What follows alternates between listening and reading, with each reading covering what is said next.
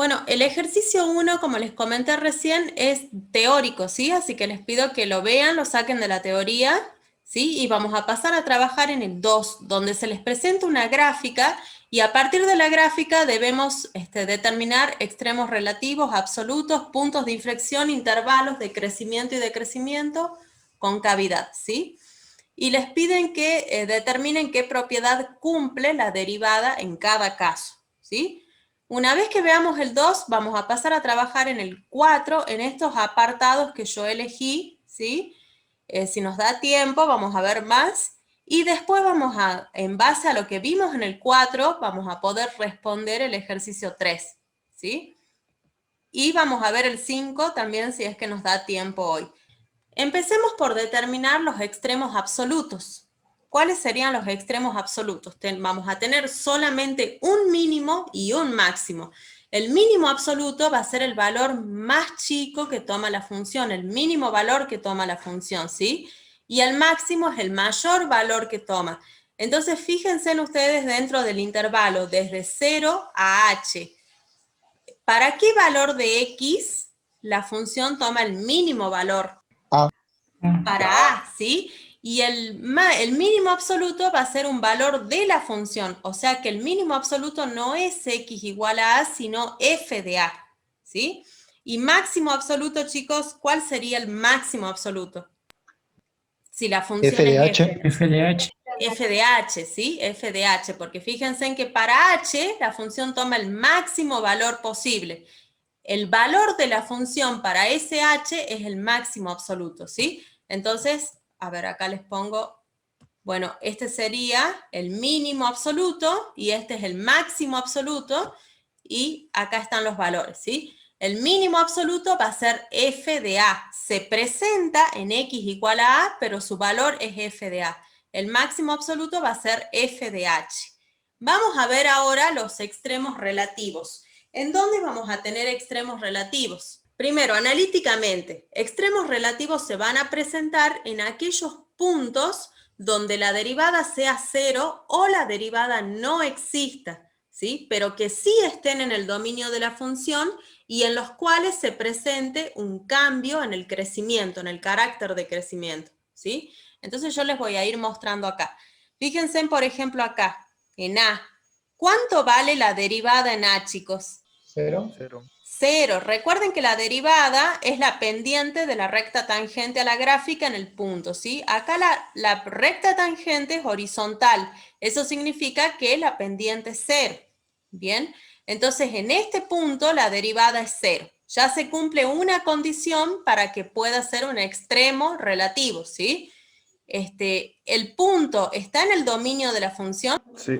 Sí, si está en el dominio de la función, ahí no vemos ningún hueco, ningún salto, ninguna asíntota, o sea, lo está tomando el valor, ¿sí? Otra condición, en ese punto se tiene que presentar un cambio en el carácter de crecimiento. Fíjense en que la función viene decreciendo y luego comienza a crecer, entonces sí tenemos un cambio, de modo que f de a va a ser un extremo relativo. ¿Este extremo va a ser mínimo o máximo?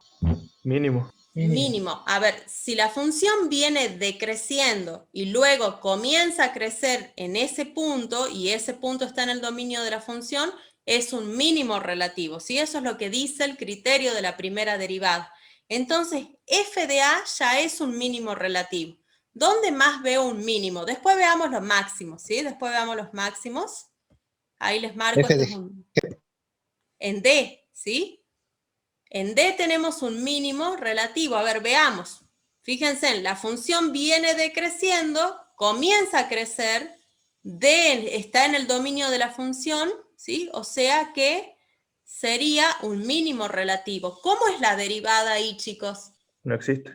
No existe. Fíjense en que cuando hay un punto anguloso, no es derivable la función en ese punto, ¿sí? Entonces, la derivada no existe, pero como el valor sí está en el dominio de la función y hay un cambio en el carácter de crecimiento, viene decreciendo y comienza a crecer, podemos asegurar nosotros que f de d es mínimo relativo. ¿En dónde ven ustedes otro mínimo relativo? F de F de G. Bien, en G, ¿sí? Fíjense en que en G, ¿cuánto vale la derivada? 0. Derivada vale 0, la función viene decreciendo y luego comienza a crecer, o sea de que sí sería un mínimo relativo. ¿Bien? Estos tres serían los mínimos relativos, no tenemos otro más, ¿sí? Otra cosa, chicos, tiene que haber, para hablar de extremos relativos, tiene que haber un entorno, o sea, debe ser punto de acumulación el punto, ¿sí? O sea, para que esto sea un extremo relativo, tiene que haber un entorno que esté dentro del dominio de la función. Debe ser un punto de acumulación. Por eso es que acá no nos fijamos y acá tampoco, ¿sí? Tenemos tres mínimos relativos, en la derivada es 0, f de a, derivada 0, f de g, derivada 0, y f de d, la derivada no existe. Bueno, veamos los máximos. ¿Cuáles serían máximos relativos? F de C.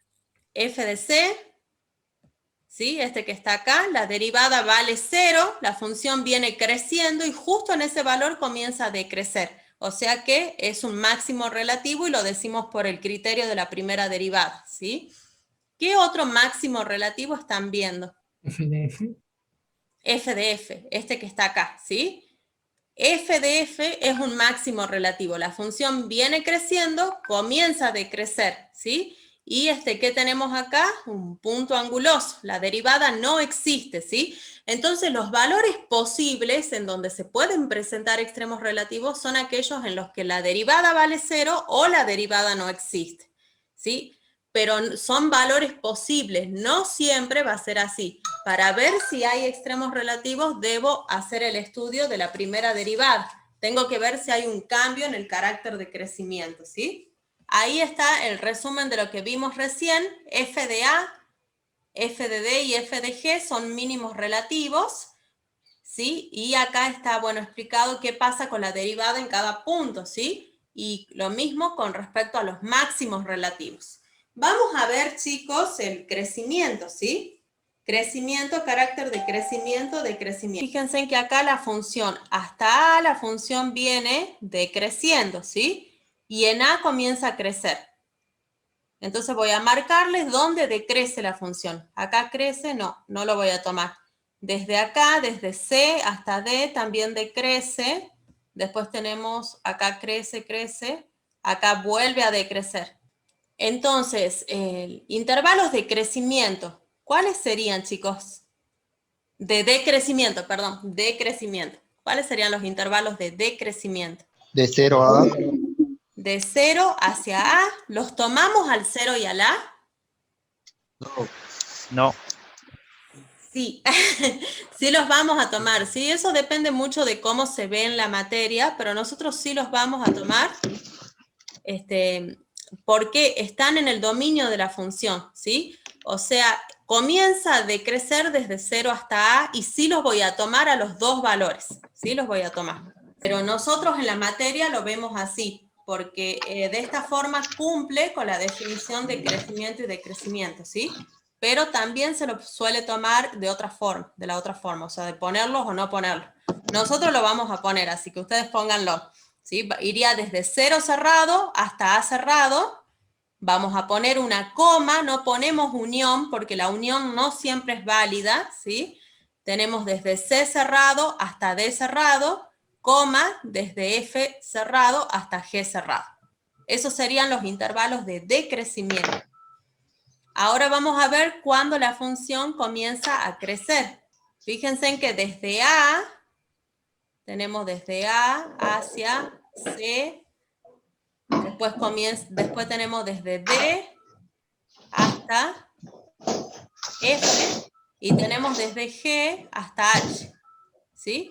Entonces ahí ustedes arman, tenemos desde A hasta C, desde D hasta F, y desde G hasta H, ¿sí? Veamos concavidad.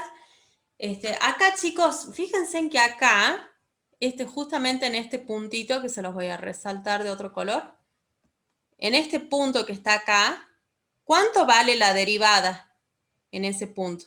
Si yo trazo la recta tangente, justo ahí, fíjense en que es horizontal, es 0 la derivada, ¿sí? Sin embargo, no es ni un mínimo ni un máximo relativo. Por eso no es condición suficiente que la derivada sea 0. Si la derivada vale 0 en el punto, puede llegar a ser un extremo relativo. Para ver si es, debo aplicar el criterio de la primera derivada para ver si hay un cambio en el carácter de crecimiento. Si no hay un cambio en el carácter de crecimiento, no va a ser extremo, ¿sí? Como es en este caso. Fíjense en que no es extremo. Bueno, a ver, vamos a ver concavidad. Para ver la concavidad, chicos, primero tratemos de identificar cuáles son los puntos de inflexión. Los puntos de inflexión son aquellos en los que se presenta un cambio de concavidad, ¿sí? A ver, primero veamos la concavidad, porque les quiero explicar eso. Veamos acá, para ver la concavidad, ¿sí? Para ver el tipo de concavidad que tiene, ustedes lo que pueden hacer es trazar la recta tangente a la curva, ¿sí?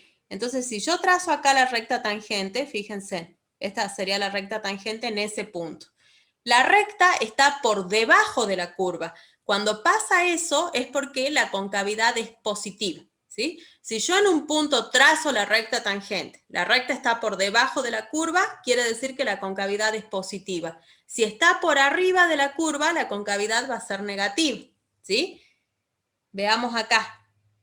Bueno, acá lo tracé más o menos, ¿sí? Pero sería, también está por debajo, o sea que la concavidad es positiva.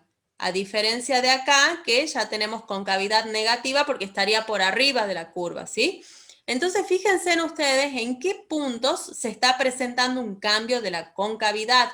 Acá en B se está presentando un cambio de concavidad. Si yo trazo la recta tangente desde A hasta B, empiezo a trazar en cualquier punto de ese intervalo, la recta queda por debajo de la curva, o sea que la concavidad es positiva, ¿sí? Y si la trazo acá, desde B hacia D, incluso hacia D, ¿sí? Incluso hacia E, la recta va a quedar por arriba de la curva, de modo que la concavidad es negativa, ¿sí? Entonces, acá en este punto, B, F de B, tenemos un punto de inflexión, ¿sí? Si no se entiende, chicos, pregunten, ¿sí? Ese sería un punto de inflexión. Y después acá, fíjense, si les voy a hacer la recta, a ver, si yo trazo la recta tangente, por ejemplo acá, desde D hasta E, ¿sí? Justo queda por arriba de la curva. Eso quiere decir que desde D hasta E la concavidad es negativa. Y acá queda por debajo, concavidad positiva, ¿sí? De modo que en este punto se está presentando un cambio en la concavidad. Y son esos dos puntos solamente que serían puntos de inflexión, ¿sí? Los puntos de inflexión están en donde se presenta un cambio de concavidad. Serían puntos de inflexión. Tenemos el de coordenadas B, F de B, E, F de E. ¿Sí? Y bueno, a partir de ahí, identificando los puntos de inflexión, yo puedo determinar los intervalos de concavidad, ¿sí? Fíjense en que la concavidad positiva yo tengo, acá tengo concavidad positiva, acá también, ¿sí? Desde el 0 hasta B tengo concavidad positiva. Si ustedes trazan la recta tangente en cualquier punto, desde 0 hasta B, va a quedar por debajo de la curva, o sea que la concavidad es positiva, ¿sí?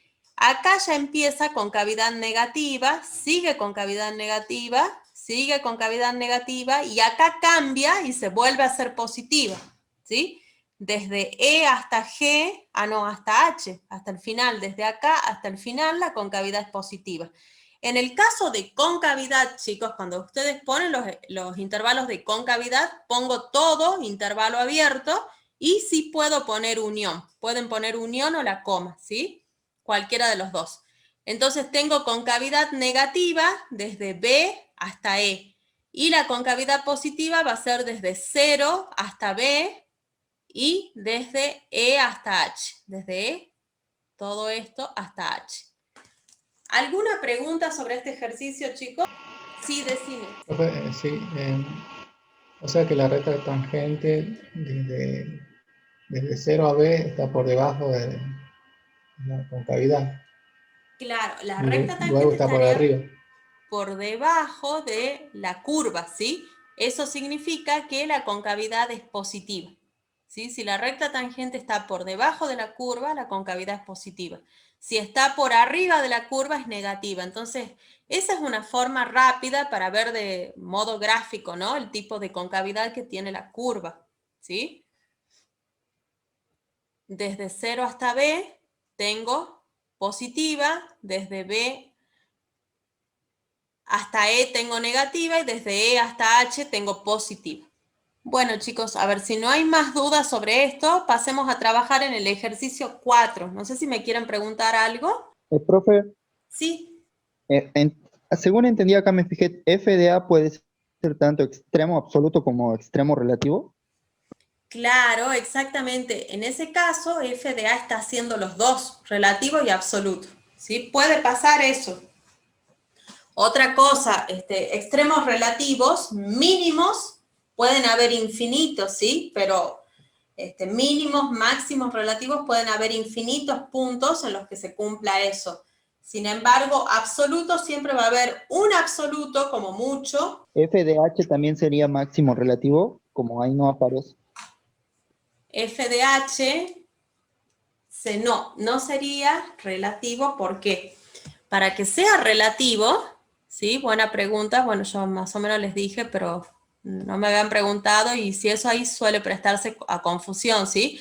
Para que sea relativo, tiene que ser punto de acumulación, ¿sí? Vos fíjate que H no es punto de acumulación, o sea, tiene que haber un entorno de valores, o sea, por izquierda y por derecha un conjunto de valores, un entorno reducido, o sea, valores muy cercanos a H por izquierda y por derecha que estén dentro del dominio para poder hablar de extremos relativos, ¿sí? O sea, tiene que ser punto de acumulación.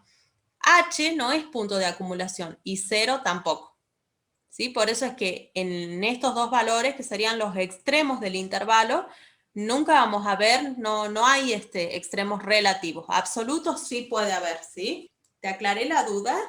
Ah, bien, es como que h es punto frontera, por así decirlo.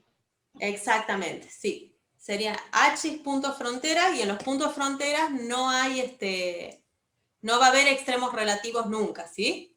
Lo mismo con 0.